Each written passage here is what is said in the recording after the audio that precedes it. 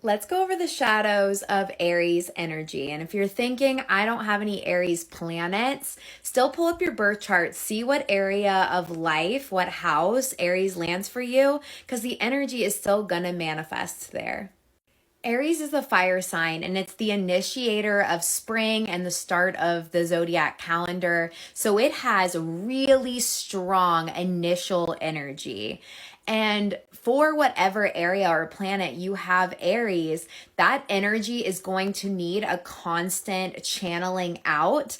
It gets toxic and shadowy for Aries and can turn into some of those stereotypes of anger and rage when you're not letting yourself output enough in that area. I really believe there should be some accountability to wherever we have Aries in our chart to make sure that we keep up with that output so we also don't end up charging at somebody else and misdirecting that fire because we didn't actually allow ourselves space, time, and maybe even physical action and activity to dispel some of that fire. We also have to know that that's an area of our life where we're going to be hyper independent, but there is none of us that don't need love and support of others. So it's important to balance out that Libra, which is Aries' sister sign, and make sure that you are taking accountability for releasing out some of your fire, but you're also leaning into receptive states of listening so that you don't just bulldoze over partnerships because you feel so driven to do things only for yourself. I feel like Aries can sometimes be one of the first signs to apologize after they have a big explosion or say something that they didn't really mean and they were being reactive to the energy they were perceiving in the moment. But those apologies are only one part of it. You also want to make sure that you reflect, which Aries section of life doesn't tend to want to do as much of, and see what led up to that moment where maybe we didn't show as pleasing of a side as that Libra energy is so good at, opposite to us, and figure out what some of the undertones were so that we can kind of create a course correct to where that fire can be used in the most positive way and we don't see the manifestation of so many shadows. Let's go over some of the shadows of Taurus energy. And if you're thinking, I don't have any Taurus planets, definitely look at what house Taurus is in because there is still going to be an area of life that this energy manifests. Taurus can cling to comfort zones more than any of the other signs. And because it is ruled by Venus, there's that Venetian quality for wanting things to be beautiful, romantic, pleasurable, and easy. So whenever life is pushing you to make a change, you would so much rather repeat a cycle that's familiar to you than actually trying and attempting something new. And I think inherently this comes from a lack of trust, and trust is a big thing that both Taurus and its sister sign Scorpio do not have a lot of until it's really been proven. How you build trust internally is to navigate consistency for yourself as you move through an ever evolving, changing world around you. And when clinging to the familiar, you don't build that relationship with trusting your own resilience and therefore can project a lot of those trust issues to other people because you're staying in cycles that are so familiar. You can also attract circumstances that are so familiar. Always keep an assessment of your habit loops and really challenge when those habit loops are no longer serving your life and try something different. And if you need the help of other resources, that is okay. And that will also help to cultivate some of that trust, which is a part of the shadow work for Taurus. Let's go over the shadows of Gemini energy. And if you're thinking, I don't have any Gemini planets, still pull up your birth chart, see what area of life, what house you have Gemini in, because the energy of Gemini is still going to manifest somewhere for you.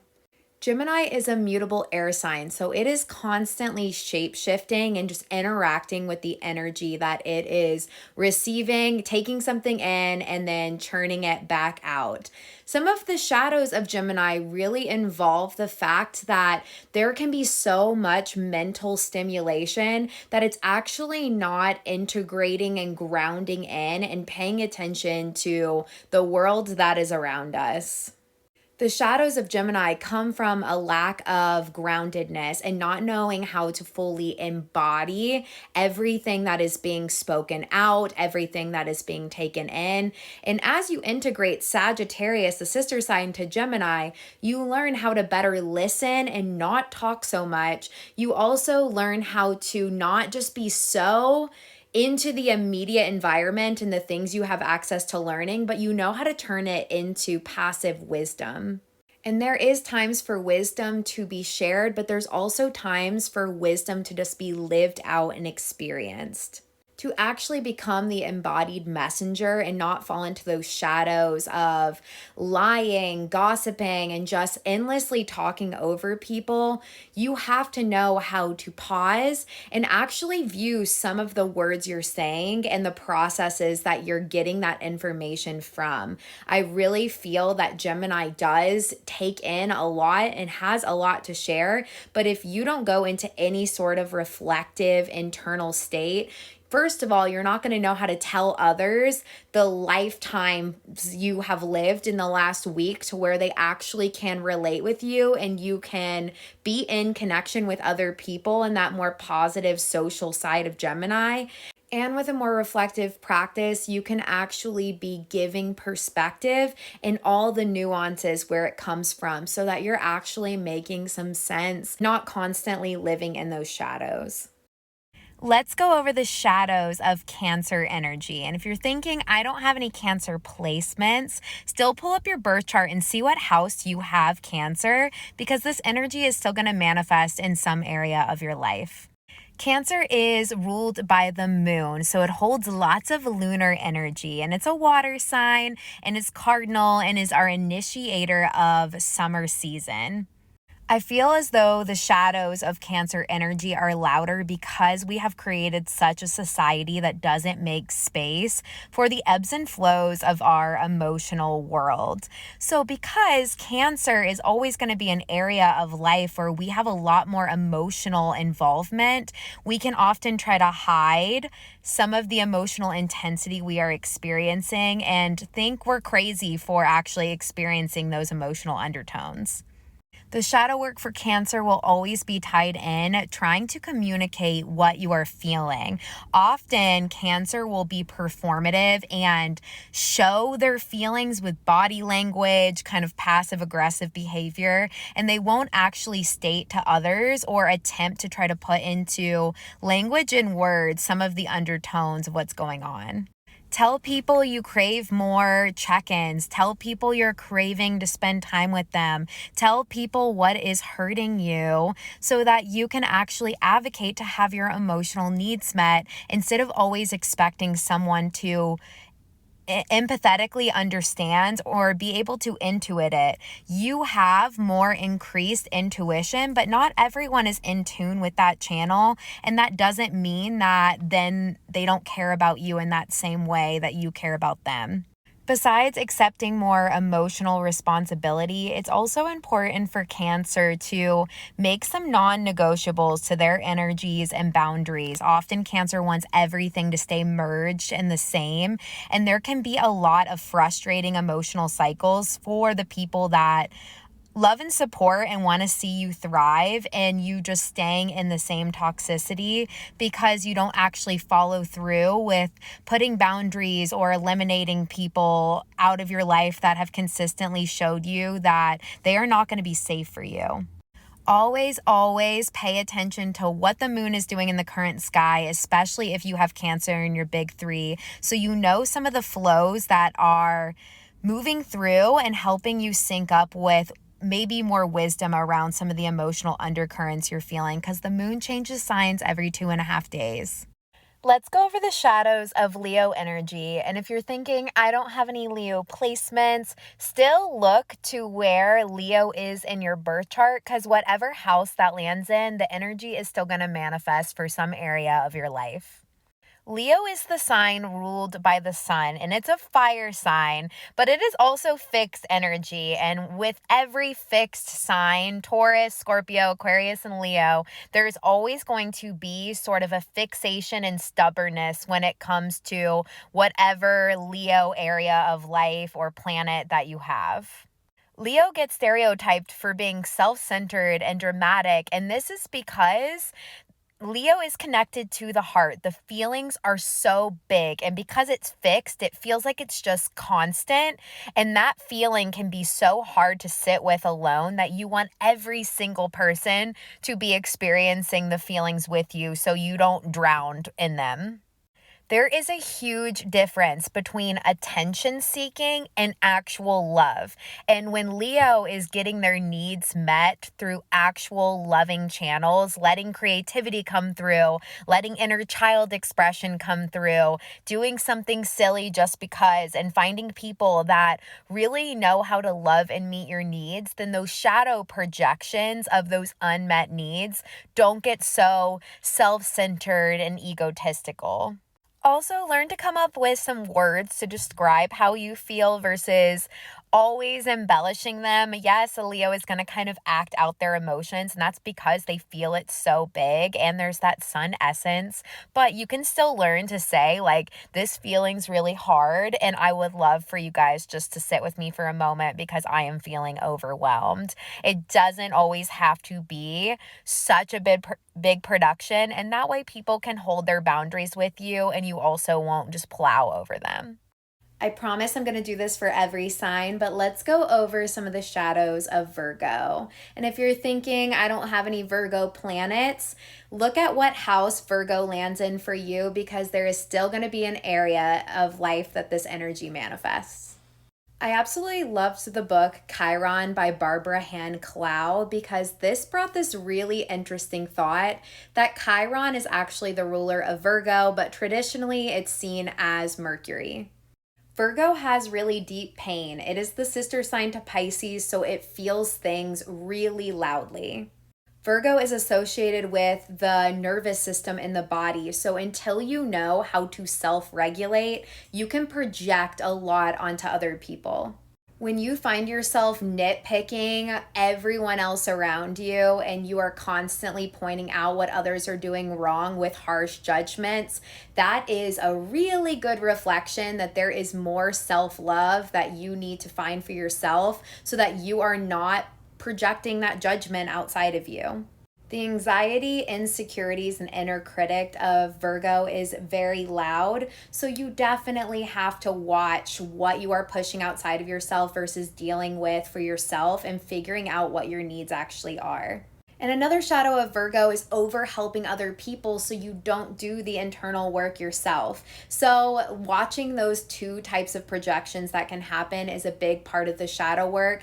And you do come to find out with Virgo energy that if you do little things along the way to help that area of your life or any planet you have in Virgo, then you end up being able to be a really good guide for others with the very things that help kind of alleviate some of the tension of that energy for yourself. Let's go over the shadows of Libra. And if you're thinking, I don't have any Libra planets, still see what house you have Libra in your chart, because that energy is still going to manifest somewhere for you. One of Libra's biggest shadows is being able to deceive others from how you are actually feeling.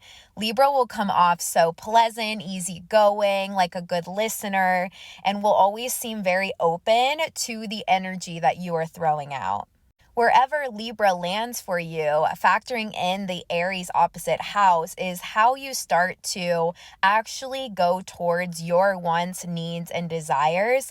But the Libra energy can get very lost in just playing an energy exchange that doesn't even account for its own needs, wants, or thoughts. So when something is not quite landing right, you can smile right through it and just put it in your back pocket and let that be just another thought that just kind of roams free in your head. It is important shadow work for Libra to actually state, even when something feels unsure and is not quite landing, even if you don't have an exact answer for it. This will lead to less deception and make a lot less fall on other people to kind of navigate the energy for you that then you decide to match. It's also very okay to change opinion. So you are allowed to just speak something and say, in this moment, this is where I'm landing, but I'll let you know if anything shifts. It is not a big argument or disagreement or getting really mad when you just are unsure. And I do think there is some shadow work accountability to let some of those thoughts out as well for Libra energy. Let's go over the shadows of Scorpio energy. And if you're thinking, I don't have any Scorpio planets, figure out what house Scorpio is in, because there is still going to be an area of life that this energy manifests. Scorpio, like its sister sign Taurus, can struggle with a lot of issues of trust. And Scorpio is connected to the planet Pluto and sometimes even Mars, and is going to be an area of life where we go through a lot of change and rebirth moments. The situations we find ourselves in the Scorpio area of our life is often to help us face levels of vulnerability that we wouldn't normally walk into without life handing us that. Being vulnerable is terrifying for Scorpio energy because it is so exposing. But remembering that they love that exposure in other people is also important so that you actually practice giving what you're really wanting to take from others too. Reciprocal energy exchange is what builds trust. And I do think a big part of Scorpio's shadow work is really shedding and releasing and letting go old circumstances and old pains that happened in some of those bigger moments of rebirth in your life, because you wouldn't have actively leaned into change without the universe teaching you through hardship. But you cannot let that determine how you see every situation moving forward. Remember the resilience that you gain from every situation, and that's to help you trust yourself and therefore figure out what kind of people and things you actually want around you. Let's go over the shadows of Sagittarius. And if you're thinking, I don't have any Sagittarius planets, still pull up your birth chart and see what house Sagittarius is, because there's still going to be an area of life where this will manifest. Sagittarius is a mutable fire sign and is ruled by the planet Jupiter. And Jupiter naturally enhances and makes the energy really big, and it pushes you towards a more like spiritual, optimistic mindset. This is a huge strength of Sagittarius, but where it turns into a shadow is that craving for things to be optimistic can also lead to really strong avoidance tendencies. Sagittarius can get into the shadow of thinking that everything negative is something that's not for them and dismiss it, when sometimes some of the best things that come on your path are not always shaped beautifully and optimistically. They can be things that are here for your growth and actually take some effort to look at. But because that Jupiter comes in and often gives more mystical experiences to the Sagittarius area of your life or to Sagittarius planets, you can lean so much on that cycle that you can escape into that overly optimistic mindset. Another shadow of Sagittarius is that tendency to run away when things get hard. This is still thinking something's not for, but Sagittarius also has that seeking craving and sometimes will decide to exit the situation versus problem solve some things that actually are meant to be done, because they always will feel like that higher calling is elsewhere. I've also seen the shadow of often making jokes of things that can be very serious, and laughter, of course, is incredible medicine, but it's also important to know when that vulnerability needs to be looked at and not always deflect and avoid. Now, for Sagittarius to alchemize some of this energy, it's important to lean into some Gemini sister sign energy at times to actually let yourself fully learn and process just a lot of different informations to help with the bigger perspective that you are seeing. And sometimes talking it out with people can be really helpful. And Gemini loves the banter exchange, and usually Sagittarius is more drawn towards independence or seeking things out in just a bigger level. So that can help balance out some of that energy. Let's go over the shadows of Capricorn energy. And if you're thinking, I don't have any Capricorn placements, still pull up your birth chart and see what house Capricorn lands for you, because this energy is still going to manifest somewhere. Capricorn is a cardinal earth sign, so it holds that initial launching energy, but it is also ruled by Saturn. And I do feel as though any strong Capricorn or any area of life, that's going to be an area where you sort of age in reverse. You put tons of pressure on yourself initially, and then over time learn how to balance some of that intensity out a little bit and actually incorporate some softness. I feel like one of the biggest shadows of Capricorn energy, and I see this a little with all of the earth signs, so also factoring in Taurus and Virgo, is just that because it's an earth sign and it pays attention to the material, the world that we can see right in front of us, it can get so fixated on ticking off the boxes of a standard societal sort of obligation that it's putting pressure on itself that also isn't realistic, because our system doesn't work for very many people. That sort of workaholic stereotype of Capricorn, yes, there can be really strong initial hustle, but it's also important that you zoom out and find ways to see the vision beyond just what we've accepted as normal goals and gains. Learn to incorporate some reflection so that you can see even just internal shifts, because some people work years to gain what you can resolve. That's still a very big win, and you can learn to increase that self-love and actually zoom out and get a little playful with what you're wanting to call in for yourself. Let's go over the shadows of Aquarius energy. And if you're thinking, I don't have any Aquarius placements, still pull up your birth chart and see where Aquarius lands, what house it is, because there is still going to be an area of life that Aquarius will manifest. Aquarius is a fixed air sign, so fixed energy always can get stuck really easily and stay in habits and be hard to kind of adapt and change. Aquarius should take increased time for processing, but there is definitely a higher risk for the shadow of just ruminating on something that needs to be let go of.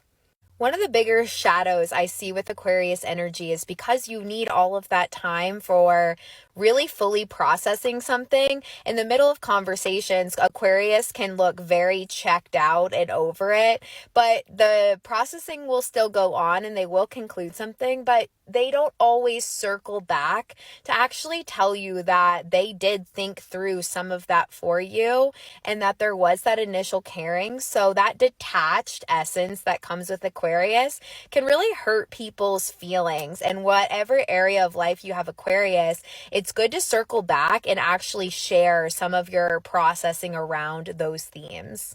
I think another really important thing to note is that Aquarius is Leo's sister sign. Leo is not scared to love something loudly and be bold in its feelings. And it's important that whatever area or planet you have Aquarius, you learn to also let some love and feeling in, and don't say so in the mind and detach that you don't actually let yourself just feel all of the good networking, the people around you, the unconventionalness, like actually let it go into the body and land and not just happen deep in those rabbit hole trails of thought.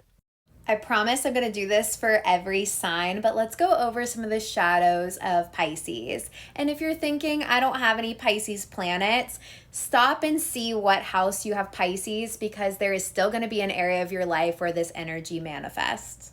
Pisces is ruled by the planet Neptune, and this book by Liz Green was very insightful for how that energy manifests. Pisces energy holds the wholeness of everything. It doesn't like the idea that there is separate self and consciousness. So therefore, when circumstances happen that are hard, Pisces can always sit back and take the angle of, what could I have done differently? This is just something happening to me, and can fall into the shadows of that victim complex. Pisces can miss implementing its sister sign Virgo of actually putting forth effort to make sure something actually happens. So any planet in Pisces is going to be a spot where we automatically think that that area is good, and therefore we don't want to always implement routines and regimens that keep us on track towards actually bringing some conscious awareness to that area. The house Pisces is in and any planet is going to be a place that we need to be really mindful of, because it can be a space that we can escape or numb out or fall into kind of a delusion and fantasy about the actual realities of the situation. It is going to be a space where we can channel these really beautiful kind of higher self mystical experiences, but we definitely have to ground it into this actual plane, especially if you have planets there, so that that energy can manifest positively.